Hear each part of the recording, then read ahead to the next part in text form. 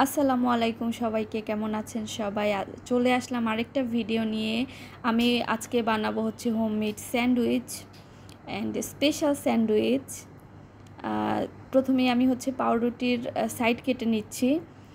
এরপরে চলে যাব হচ্ছে প্রসেসিংয়ে। দেখতে পাচ্ছেন আমি অনেক কিছু হচ্ছে নিয়ে বসেছি, অনেক সস, অনেক কিছু। তো দিয়ে দিলাম হচ্ছে কড়াইয়ের মধ্যে একটু তেল, সাদা তেল দিয়ে নিচ্ছি। এরপরে হচ্ছে পেঁয়াজ কুচি দিয়ে দিলাম।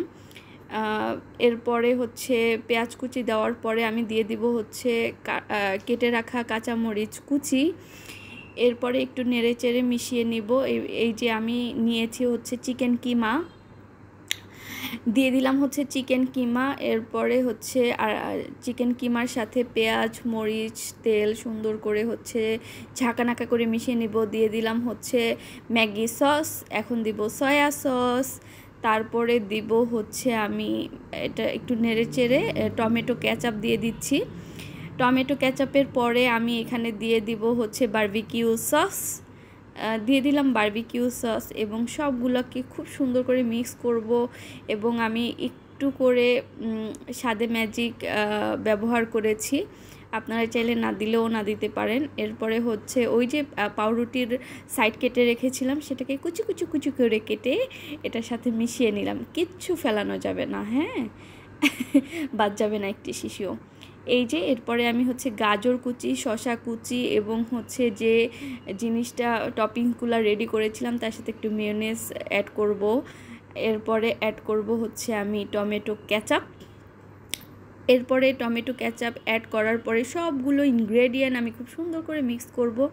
জাস্ট এখন আমি একটু পাউরুটির সাইডে টমেটো কেচাপ ব্রাশ করে নিয়েছি এবং আমি এরপরে আমার যতগুলো হচ্ছে টপিংস ছিল সেগুলোকে ভালো করে মিক্স করে স্যান্ডউইচ বানিয়ে ফেলবো।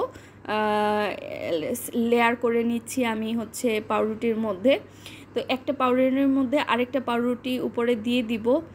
আর সুন্দর করে হচ্ছে আমি দেখেন স্যান্ডউইচের শেপ দিয়ে নিচ্ছি, কেটে নিচ্ছি। তো এগুলো হচ্ছে ফ্রিজে রেখেছিলাম আমি সেট হওয়ার জন্য। এখন ফ্রিজ থেকে নামিয়ে একটু বাটার দিয়ে দিলাম। সাশ্রয় করার জন্য আমি একটু বাটার ঘি দুইটা অ্যাড করে নিছি। শুধু বাটার অথবা শুধু ঘি ইউজ করলে একটু বেশি যেত না, যাই হোক। এরপরে হচ্ছে ফ্লেভার আসার জন্য দুটো দিয়েছিলাম। এরপরে হচ্ছে আমি ওই যে সেট করে রাখতে ফ্রিজে রেখেছিলাম স্যান্ডউইচ, সেটা হচ্ছে বের করে উল্টে পাল্টে দুই পাশটা হচ্ছে ভেজে নিব। অ্যান্ড এটা না ভাজলেও হয়, সরাসরি আপনারা খেয়ে ফেলতে পারবেন, কিন্তু আরেকটু প্রিমিয়াম বানানোর জন্য বা আমার কাছে এটা ভালো লাগে আর কি, একটু একটু ডিপ ফ্রাই মানে দুই পাশটায় ফ্রাই করা স্যান্ডউইচ আমার কাছে খুবই মজা লাগে। তো সাথে আমি একটু ক্যাচআপ নিয়ে নিয়েছি আর হচ্ছে একটু মেয়োনেজ নিয়ে নিয়েছি। এখন এনজয় করব স্যান্ডউইচ। আসলে অনেক মজা ছিল, অনেক ইয়াম ছিল।